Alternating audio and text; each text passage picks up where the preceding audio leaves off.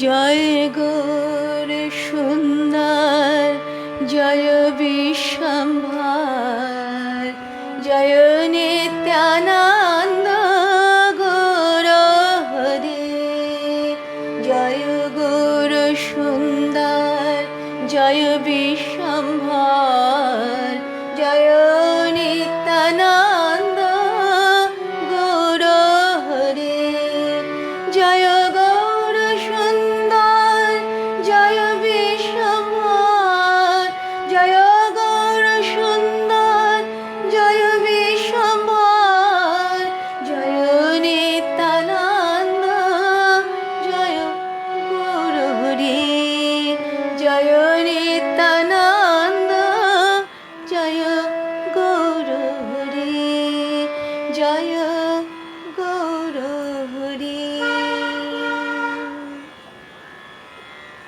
শ্রীবাস পণ্ডিত ঠাকুর ঘরের দরজা বন্ধ করে ইষ্টদেব নৃসিংহদেবের ধ্যান করছে। নিমাই এসে দ্বারে আঘাত করলেন। কার ধ্যান করছো শ্রীবাস? দরজা খোলো, দেখো আমি এসেছি। শ্রীবাস পণ্ডিত চমকে উঠে, যেন কার নিমাইয়ের গলা পেলাম না, চমকে উঠলেন, উঠে দরজা খুলেছেন। আহা,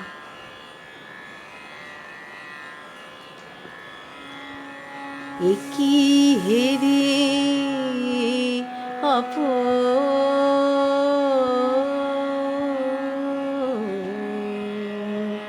রূপ,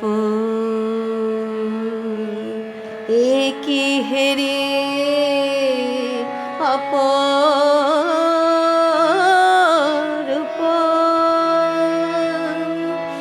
একই হেরে অপরূপ,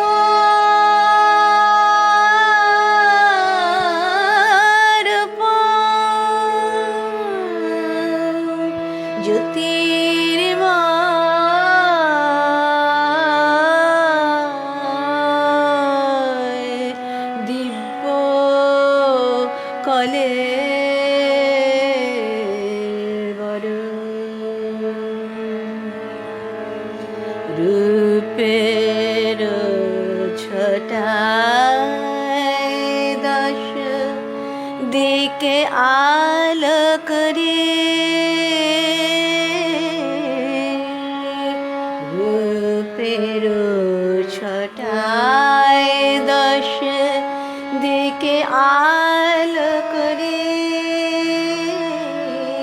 দাঁড়ায়ে আছেন সন্মুখে আমার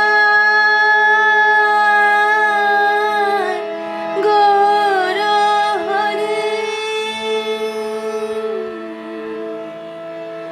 আমার গৌর হরে,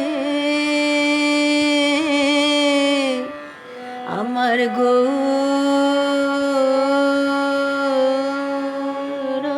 হরি।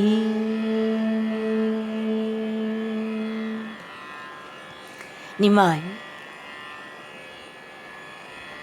বিষ্ণু ঘরটায় গিয়ে আস্তে আস্তে প্রবেশন করেছেন। দেখো শ্রীবাস পণ্ডিত, দেখো আমাকে কি তুমি চেনো? দেখো দেখো আমাকে দেখো। শ্রীবাস পণ্ডিত বলছেন, এ কি নিমাই পণ্ডিত, আমি একই দর্শন করছি। না না, এই তো নিমাই পণ্ডিত নয়, যে আমার ইষ্টদেব নৃসিংহ ভগবান। নৃসিংহ ভগবানই যেন আমার ওই নিমাইয়ের শরীর থেকেই তিনি প্রকটিত হলেন। আহা, এই কাকে আমি দর্শন করছি? নিমাই বলছেন, শ্রীবাস তোমার মনে খুব ভয় না, যবন রাজা তার সৈন্যদের পাঠাবেন তোমাকে বেঁধে নিয়ে যাবার জন্যে, তাই তুমি খুব ভীত হয়ে রয়েছ? হ্যাঁ প্রভু। শ্রীবাস পণ্ডিত বলছেন, হ্যাঁ প্রভু, আমার একটু ভয় হয়েছিল বটে, কিন্তু তোমাকে দর্শন করে আমার সব ভয় কেটে গেছে। শোনো শ্রীবাস, আমি সব জীবকে বুদ্ধি দিয়ে থাকি। আমার প্রেরণা না পেলে কেউই কিছু করতে পারবে না। আমি যদি বলি তবেই রাজা সৈন্য পাঠাতে পারবে, তাছাড়া তার কিছু কি ক্ষমতা আছে? শ্রীবাস পণ্ডিত করজোরে তিনি মহাপ্রভুর সামনে দাঁড়িয়ে রয়েছেন। আহা, আমার কি সৌভাগ্য! আমি আগে কাকে দর্শন করলাম? স্বয়ং আমার ইষ্টদেবকে আমি দর্শন করলাম আমি মায়ের ভেতরে।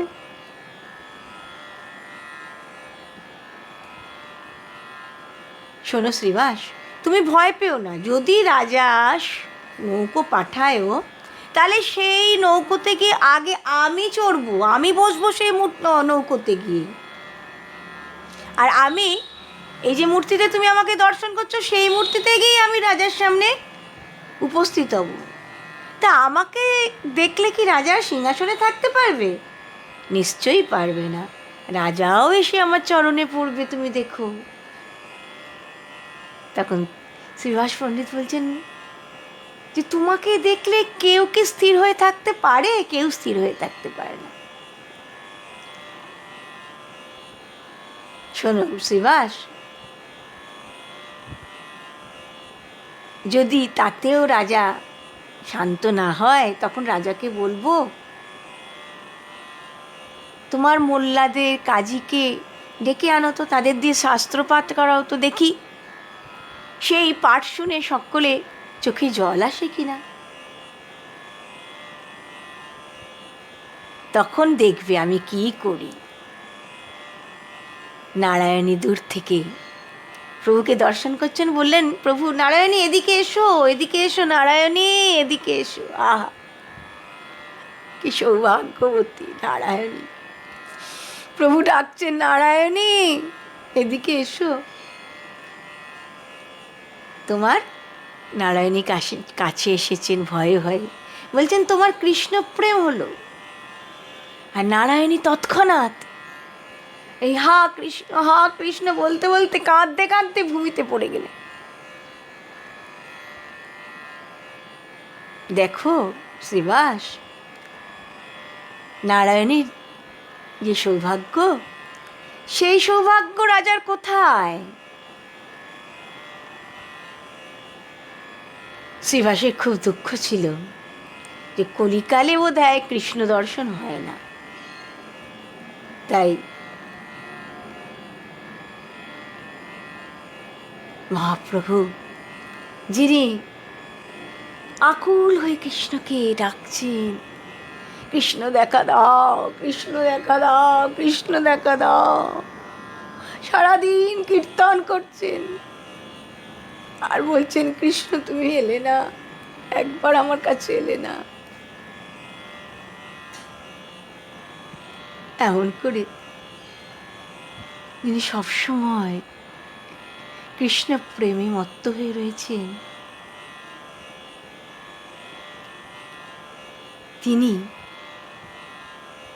তিনি তো স্বয়ং কৃষ্ণ। কৃষ্ণ স্বয়ং কৃষ্ণ হয়ে তিনি আমাদের কৃষ্ণ প্রেম শিক্ষা দিচ্ছেন। কৃষ্ণই যেন কেঁদে কেঁদে কৃষ্ণকে ডাকছে, হে প্রভু তুমি না জানালে কে তোমাকে জানতে পারবে? শ্রীবাস পণ্ডিত তখন মনে মনে ভাবছেন, প্রভু তুমি অনেক লুকোচুরি করেছো আমাদের সঙ্গে।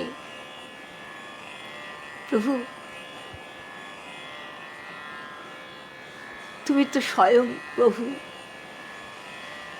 স্বয়ং প্রভু হয়ে তুমি দাস সেজে রয়েছ। দাসানুদাস হয়ে তুমি সেবা করছো, এ কি লীলা তোমার প্রভু।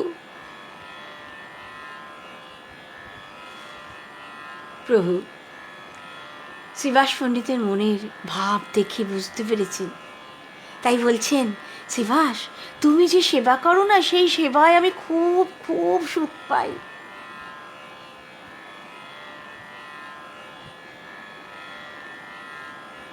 কিন্তু তুমি যে এই সেবা করে কি সুখ পাও, কি আনন্দ পাও, তা তো আমি জানতাম না। সেই সুখ আস্বাদন করবার জন্যই, সেই আনন্দ আস্বাদন করবার জন্যই এবার আমি এসেছি।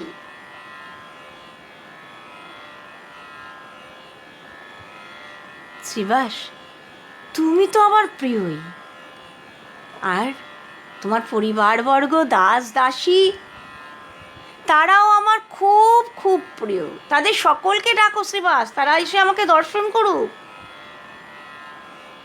শ্রীবাস পণ্ডিত উচ্চ ঈশ্বরে ডাকছেন, তার আর কোনো তখন বাহ্য জ্ঞান নেই, অচৈতন্যে প্রায়, তবুও তার মধ্যে ডাকছেন সকলকে, আয় আয় আয়, তোরা ছুটে আয়, ছুটে আয়, ছুটে আয়, দেখবি আয়, দেখবি আয়, দেখবি আয়, কে এসেছে, কে এসেছে, কে এসেছে, দেখবি আয়। শ্রীরাম, শ্রীবাসের অন্যান্য ভাইয়েরা, অর্থাৎ শ্রীরাম, শ্রীপতি, সিন্ধি আর তাদের পত্নীরা সকলে দৌড়ে এসছেন। কে এসেছে, কে এসেছে, কে এসেছে?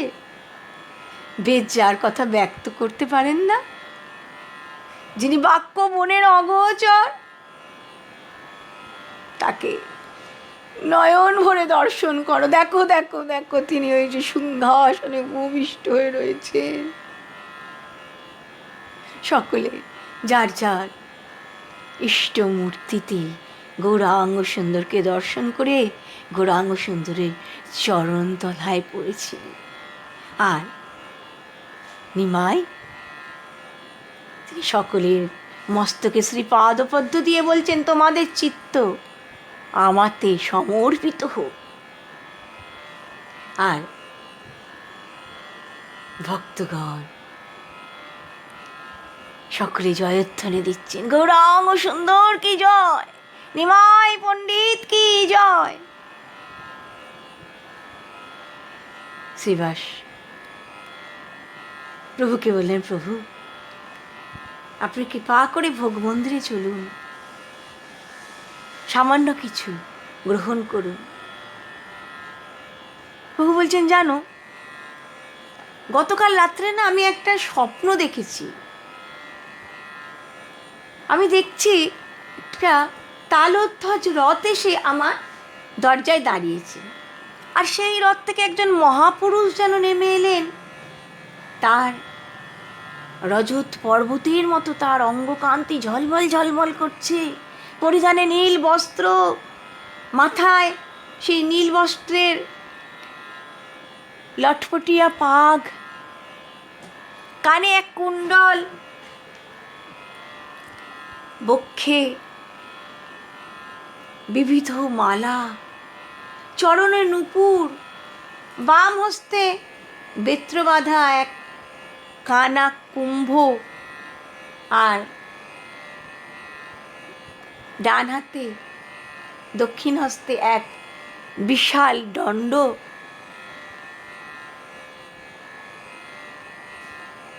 তিনি হেসে হেসে হেসে হেসে যেন তিনি বলছেন কথা, যেন মহামল্ল বেশ তার। আহা, কি অপূর্ব মহাপুরুষকে আমি দেখলাম। আর ভক্তগণ হরি বল বলছেন, হরি বল হরি বল, হরি বল হরি বল, হরি বল হরি বল, বল হরি হরি বল, নিতাই বল গৌর বল, বল হরি হরি বল, হরি বল হরি বল, হরি বল হরি বল। আমার দিকে চেয়ে যেন তিনি বলছেন, এটাই কি নিমাই পণ্ডিতের বাড়ি? আমি বললাম, হ্যাঁ। তিনি তখন বলছেন, ভাই কাল তোমার সাথে আমার দেখা হবে, পরিচয় হবে।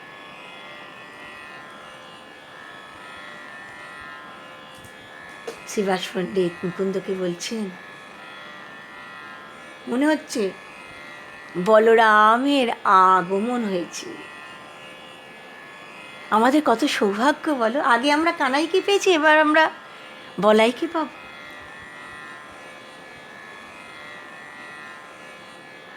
তখন মহাপ্রভু বলছেন, দেখো আমার মনে হচ্ছে নবদ্বীপে কোনো মহাপুরুষ এসছেন, তোমরা প্রত্যেক ঘরে ঘরে গিয়ে তাকে খোঁজো। তা চলেছেন সকলে, মহাপ্রভুর আজ্ঞা পেয়ে সকলে চলে গেছেন। এমন সময় সচিমা এসছেন, বলছেন, বাবা তুমি তো শ্রীবাসকে তোমার স্বপ্নের কথা বলছিলে, আমি সব কিছু শুনছিলাম দূর থেকে, ঘরের ভেতর থেকে। শোনো,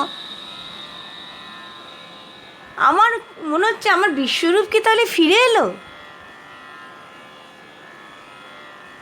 তাহলে কি আমি আবার আমার সন্তানকে ফিরে পেলাম? মহাপ্রভু বলছেন, যিনি এসছেন মা, তিনি নিজে এসে তোমাকে তার পরিচয় দেবেন, তুমি তখন সব জানতে পারবে। তো মায়ের প্রাণ কি আর আর দেরি সহ্য করতে পারে? একবার যখন মা শুনেছেন তার বিশ্বরূপ ফিরে এসে, আর কি মা স্থির থাকতে পারেন? বলছেন, কবে কবে সেই শুভ দিন হবে, কখন আমি তাকে দেখব? মহাপ্রভু বলছেন, 2-1 দিনের মধ্যেই তোমার সঙ্গে তার মিলন হবে। আহা, সচিমায়ের আনন্দ আর ধরে না। যাই যাই তাড়াতাড়ি দামোদরকে গিয়ে এ কথা জানাই, গৃহদেবতা দামোদরকে গিয়ে এ কথা জানাই। আর দামোদরের তো বৈকালিক ভোগেরও সময় হয়ে গেছে। তাড়াতাড়ি মা চললেন দামোদরকে এই কথা জানাবার জন্য। এমন সময় ভক্তগণ প্রতি ঘরে ঘরে অন্বেষণ করে ফিরে এসছেন। ফিরে এসে বলছেন, কই আমরা তো কোথাও কোনো মহাপুরুষকে দর্শন করতে পারলাম না, খুঁজে পেলাম না। তখন মহাপ্রভু মনে মনে বলছেন, অতি গুরু নিত্যানন্দ এই অবতারে, আমি না জানালে কেহ জানিতে না পারে।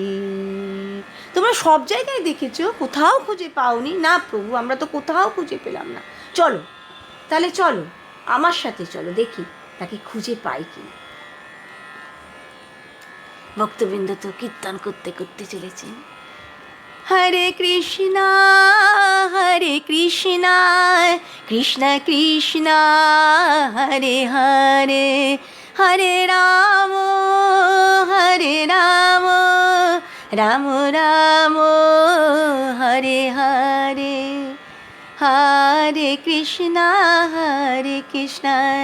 কৃষ্ণ কৃষ্ণ হরে হরে, হরে রাম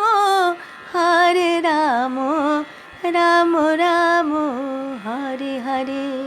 ভক্তগণ কীর্তন করতে করতে চলেছেন। আর দূর থেকে মহাপ্রভুর এই কীর্তনের ধ্বনি শুনে নিত্যানন্দ প্রভু ধ্যান ভঙ্গ হয়ে গেছে। নিত্যানন্দ প্রভু বলছেন, বহুদিন শুনি নাই শ্রীমুখের বচন, বহুদিন দেখি নাই সে দুবদন, তারে দেখিবার আসে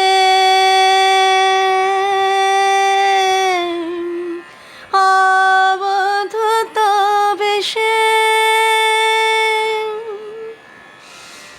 দেশে দেশে ভ্রমিলাম 12 বৎসর, কক্ষচ্যুত তারকার মতো। আহা, ভারতবর্ষে যত তীর্থস্থান আছে সর্বত্র আমি গেছি তাকে একবার দর্শন করব বলে। কত বিজ্ঞজনকে আমি জিজ্ঞাসা করেছি, তারপর আমি জানতে পারলাম কৃষ্ণ গেছেন নদিয়ায়। কানাই নামে, নিমাই নামে তিনি সেখানে অবস্থান করছেন। তাই তো আমি আশা করি এখানে এসে নন্দনা আচার্যের ঘরে বসে রয়েছি তার দর্শন পাবো বলে। কখন কখন তার দর্শন পাবো? আহা, নিত্যানন্দ প্রভু, মহাপ্রভুর কণ্ঠস্বর শুনতে পেয়ে আর স্থির থাকতে পারেন? আর তো স্থির থাকতে পারছেন না।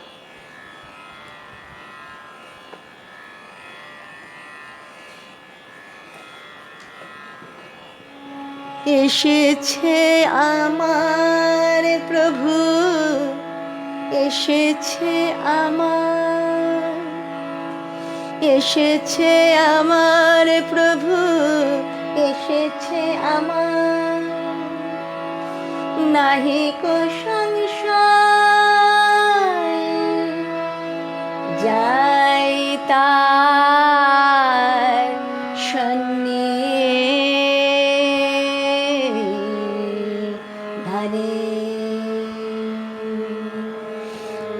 নয়ন ভরিয়া হেরে সে চাঁদ বদনে,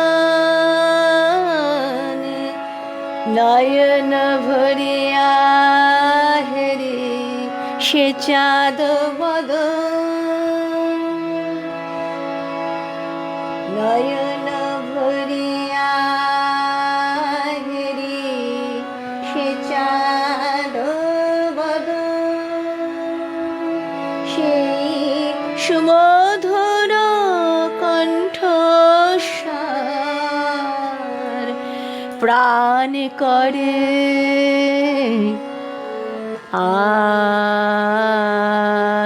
আকর্ষণ, প্রাণ করে আকর্ষণ, প্রাণ করে আকর্ষণ।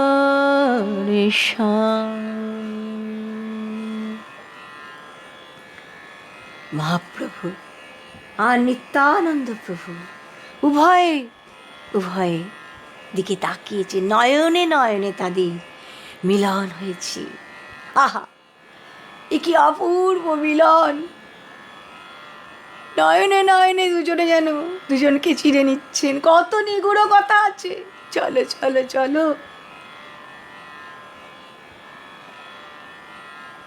আমরা ভক্তগণ ভাবছেন আমরা আমরা আমরা একটু সরে যাই, তবে তো দুজনের মিলন, এমন মধুর মিলন সম্ভবপর হবে, আর আমরা দূর থেকে দর্শন করে কৃতকৃতার্থ হব। নিত্যানন্দ প্রভু বলছেন, কানাইয়া, এই কি কানাইয়া তুমি? কিন্তু তোমার চূড়াবাসী কোথায়? মহাপ্রভু বলছেন, ব্রজের খেলা বাঁশির তান, নদের খেলা হরিগান, ব্রজের খেলা দৌড়াদৌড়ি, নদের খেলা ধুলায় গড়াগড়ি। আহা, ভক্তগণ তো দূর থেকে দর্শন করছিলেন, এতক্ষণ সরে গিয়েছিলেন তারা সামনে থেকে। তারা ভাবছেন এবার সামনে গিয়ে একটু দর্শন করি। মহাপ্রভু তখন শ্রীবাসকে বললেন, শ্রীবাস, ভাগবতের একটি শ্লোক পাঠ করো। শ্রীবাস পণ্ডিত পড়ছেন, বেড়াবে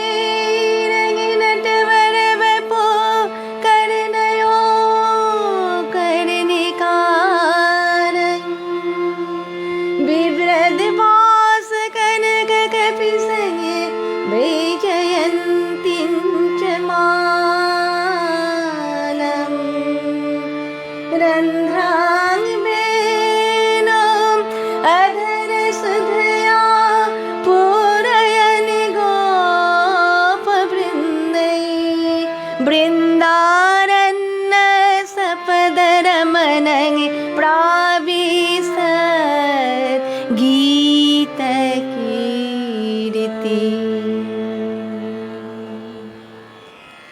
যেই এই শ্লোক শুনলেন, নিত্যানন্দ প্রভু মূর্ছিত হয়ে পড়েছে। মহাপ্রভু নিত্যানন্দ প্রভুকে কোলে তুলে নিয়েছে। ভক্তগণ হরিবল হরিবল হরিবল হরিবল ধ্বনি দিচ্ছে। আহা, এ কি দর্শন! দেখো দেখো আজকে তিনি কিরম বিপরীত লীলা করছেন। শয্যারূপে অনন্তদেব যে বাসুদেবকে বুকে ধরেন, আজ সে বাসুদেবের কোলেই অনন্তদেব। আহা, এ কি লীলা! নিত্যানন্দ প্রভু আস্তে আস্তে চৈতন্য লাভ করেছেন, উঠে বসেছেন। মহাপ্রভু তখন বলছেন করজোরে, আজ আমার কি সৌভাগ্য, আপনার শ্রীচরণ দর্শন পেলাম। আর নিত্যানন্দ প্রভু কি বলছেন? বলছেন শুনলাম আমি যে নদিয়ায় পাতকী উদ্ধার লীলা চলছে, তাই আমি তো মহাপতিত, তাই আমি খুব আশা করে এসেছি, আমাকে উদ্ধার করুন।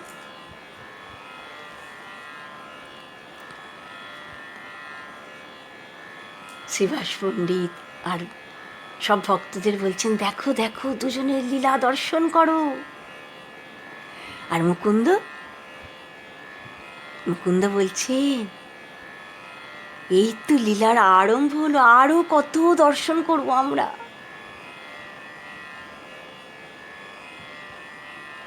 মহাপ্রভু নিত্যানন্দ প্রভুকে বলছেন শ্রীপাদ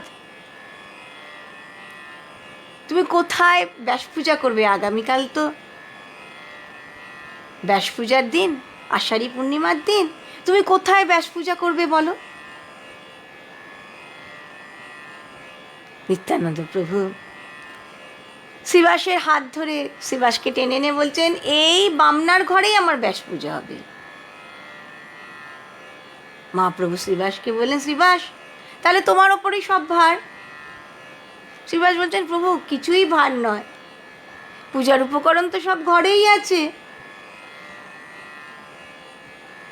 কেবল এই পদ্ধতি পূজা পদ্ধতির পুস্তকটা নেই, সেটা আমি জোগাড় করে নেব প্রভু। কিন্তু আমি তো নয়ন ভরে নিত্যানন্দের ব্যাস পূজা দর্শন করতে পারবো। মহাপ্রভু বলছেন চলো চলো, তবে সব ভক্তবৃন্দকে বলছেন চলো চলো চলো আমরা শ্রীবাস অঙ্গনে যাই। সেখানে গিয়ে নিত্যানন্দ প্রভু ব্যাস পূজার যে অধিবাস কীর্তন করবেন সেই অধিবাস কীর্তন আমরা শুনতে পাব। চলো চলো চলো। আর আর আর কি দেরি সহ্য হয়? আহা, ব্যাসদেবের পূজা হবে, মঞ্চ সাজানো হয়েছে, আর সেই মঞ্চের এক পাশে দাঁড়িয়ে মহাপ্রভু ভক্তমণ্ডলীর সাথে মধুর কীর্তন করছেন। আর নিত্যানন্দ প্রভু তিনি ওই দূরে দাঁড়িয়ে গৌরাঙ্গ সুন্দরের এই মুখপদ্ম মধু তিনি পান করছেন। শ্রীবাস পণ্ডিত নিত্যানন্দ প্রভুকে বলছেন আপনি মন্ত্র পাঠ করে ব্যাসদেবের গলায় এই মালাটা দিয়ে দিন। নিত্যানন্দ প্রভু বলছেন হ্যাঁ হ্যাঁ হ্যাঁ হ্যাঁ, কিন্তু নিত্যানন্দ প্রভু একটুকু সরছেন না, নড়ছেন না, ওই একই জায়গায় দাঁড়িয়ে আছেন, ওই মালাটা হাতে নিয়ে দাঁড়িয়েই আছেন। আর শ্রীবাস পণ্ডিত তো বলেই যাচ্ছেন আপনি মন্ত্র পাঠ করে ব্যাসদেবকে এই মালাটা অর্পণ করুন, ব্যাসদেবকে এই মালাটা অর্পণ করুন। আর নিত্যানন্দ প্রভু ওই মালাটা হাতে নিয়ে চারিদিকে তাকাচ্ছেন, যেন কাকে খুঁজছেন কাকে খুঁজছেন। আবার শ্রীবাস পণ্ডিত বলছেন আপনি মন্ত্রপাঠ করে মালা দিন। নিত্যানন্দ প্রভু বলছেন কিন্তু যাকে তিনি মালা দিতে চান তিনি কোথায়? সেই বিশ্বম্ভর সে কাছে এলে তবেই তো মালা দেব, সে যে আমার কাছে আসছে না। শ্রীবাস পণ্ডিত তখন মহাপ্রভুর কাছে গেছেন, গিয়ে বলছেন, আপনার শ্রীপাদ তো মন্ত্র পাঠ করছেন না, মালাও দিচ্ছেন না ব্যাসদেবের গলায়, কিন্তু কী যেন বিড়বিড় বিড়বিড় করে বলে যাচ্ছেন, আর চারিদিকে তাকাচ্ছেন, বোঝা যাচ্ছে না তিনি কি বলতে চাইছেন বা কি করতে চাইছেন। তখন মহাপ্রভু নিত্যানন্দ প্রভুর কাছে এসেছেন, শ্রীপাঠ মন্ত্র পাঠ করে ব্যাসদেবের গলায় মালা অর্পণ করো।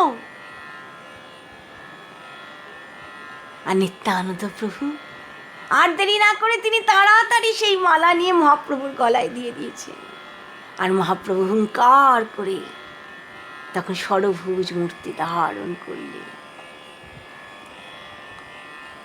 আহা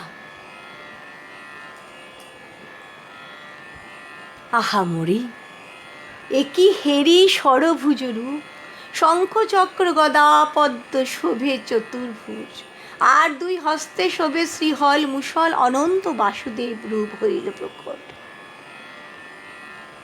নিত্যানন্দ প্রভু এই ষড়ভুজ মূর্তি দর্শন করে মূর্ছিত হয়ে পড়লেন। মহাপ্রভু বলছেন, ওঠো ওঠো নিত্যানন্দ, ওঠো ওঠো ওঠো, স্থির হও স্থির হও।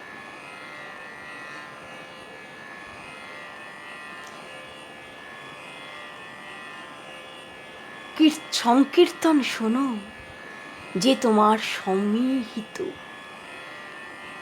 যে কীর্তন নিমিত্ত করিলা অবতার, সে তোমার সিদ্ধ হইল কিবা চাহ আর। তোমার সে প্রেম ভক্তি তুমি ভক্তিময়, বিনা তুমি দিলে কারো ভক্তি নাহি হয়। আপনা সম্বরী উঠো নিজ জন চাহ, যাহারে তোমার ইচ্ছা তাহারি বিলাপ। নিত্যানন্দ প্রভু মাটিতে গড়াগড়ি দিচ্ছেন। মহাপ্রভু নিত্যানন্দ প্রভুকে মাটির থেকে তুললেছেন, দুইজনে নৃত্য করছেন, আর ভক্তগণ হরি বল হরি বল হরি বল হরি বল দিচ্ছেন। চতুর্দিকে উলুধ্বনি হরিধ্বনি শঙ্খধ্বনি, চতুর্দিক মুখরিত।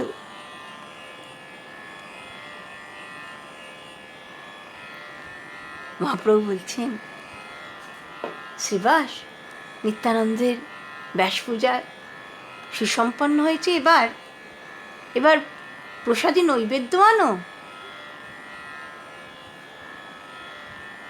শ্রীবাস পণ্ডিত সকলকে প্রসাদ দিচ্ছেন নিজ হস্তে, আর ভক্তগণ উচ্চ ঈশ্বরে হরিনাম কীর্তন করছেন। হরিনাম কীর্তনে সব দিক মুখরিত। হরে কৃষ্ণ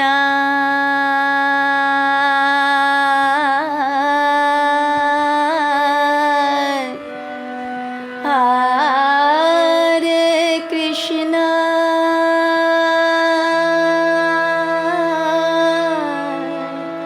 কৃষ্ণ কৃষ্ণ হরে হরে হরে রাম হরে রাম রাম রাম হরে হরে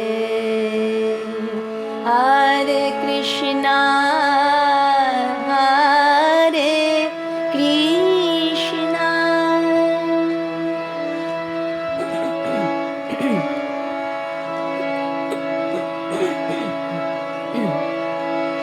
কৃষ্ণ কৃষ্ণ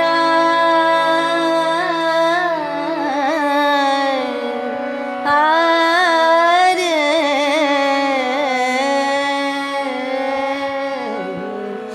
হরে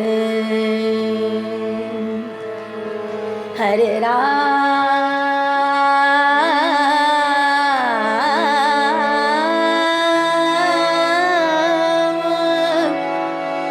হরে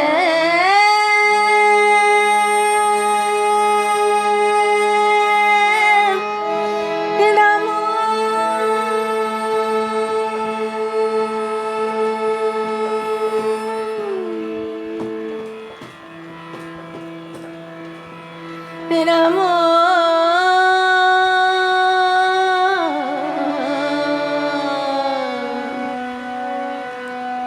রাম